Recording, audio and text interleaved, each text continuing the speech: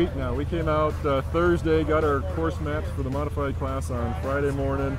Did a little pre-running Friday, a little pre-running on Sunday or Saturday. Then we had our first race for the King of the Hammers on Sunday. This car behind us is a modified class car, which means it's not quite up to the limits that people are pushing the cars for the unlimited class or for the race we're in now. But it was enough of a car to win our class. By winning Sunday, we've got a guaranteed spot for this race. What we're a little nervous about is racing this race with the steering that we had on Sunday's race. We broke our steering on Sunday. We put the same steering back in for the qualification round on Tuesday, but by qualifying we were able to take all that out. But more importantly, we were able to go to a 39-inch sticky compound tire instead of having to run on a 37-inch DOT tire. For this big of a car, that's a huge advantage, or it's a huge disadvantage not to be able to run those tires. So it was really important for us not only to better our starting position, which we are I think 44th now, but to be able to run a tire that will actually go through the rock courses that we're going through tomorrow, because they're much tougher than what we did on Sunday. We kind of built this car in the same drivetrain dimensions as my last trail rig, so that I was familiar with how it went through the trails, but it's a big car. But I've never had a car that had any horsepower. We got a turnkey LS3 in here that screams, and that to me is the hardest thing to get used to.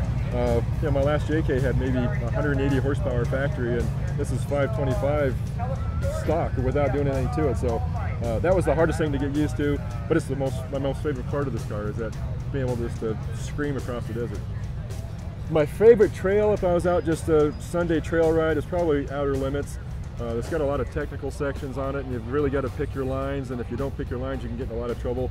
And that's my background, and that's what we've been out here for 15 years wheeling in these rocks, and before I got into this King of the Hammers series, I was a rock crawler. We rock crawled for years, and technical rock crawling was our forte. So that's the part of the course that's easiest for us, and the hardest part for a rock crawler is to get used to how to drive fast in the desert.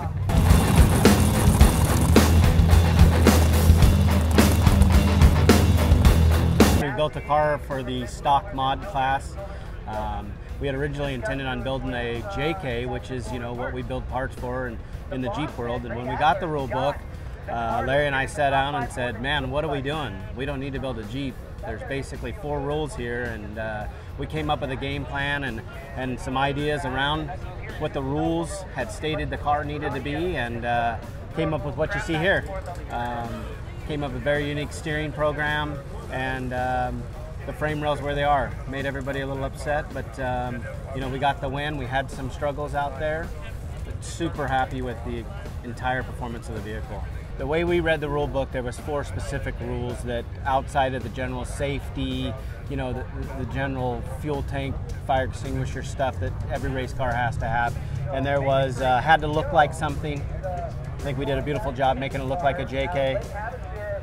It had to have 14-inch travel shocks to the axles. So to maximize that, you'll see we have a little more angle on our shocks than most everybody else.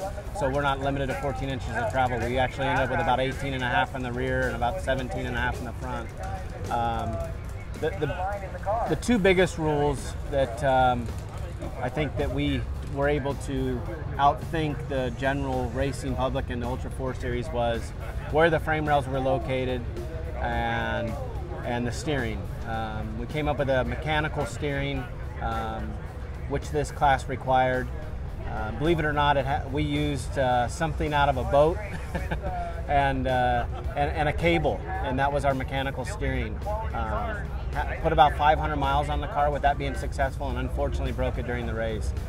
Probably a little bit of a prep thing, just a new car blues.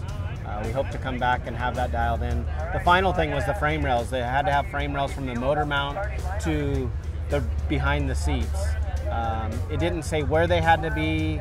It said the primary frame rails of a frame, a production vehicle frame. We chose some older CJ frame rails, gutted them, bolted them together, and bolted them in the right side of our vehicle, which basically allowed us to build a full tube chassis, purpose-built King of the Hammers rig that should be compatible in both classes. Couldn't have done it without everybody you see here. First and foremost, our families, they have given up so much letting us work the hours and take the time that it took to build this thing. But as you can see, BFG tires, PSC steering, Fox shocks, rigid, FK rod ends, trail ready bead locks, Mastercraft, Griffin, MagnaFlow exhaust, Warn winches, turnkey motors, real drive lines, Odyssey batteries, rugged radios, Curry Enterprises for the bad boy rear ends under this thing. Patent Steels helped us out with the steel on the vehicle. G&J Aircraft and X-Storm. American Wiring Harness, and of course, you know, the guys that are here at every event and seem to do a lot with us is Axial. You know, it's a great relationship, and you know, it's such a match made in heaven.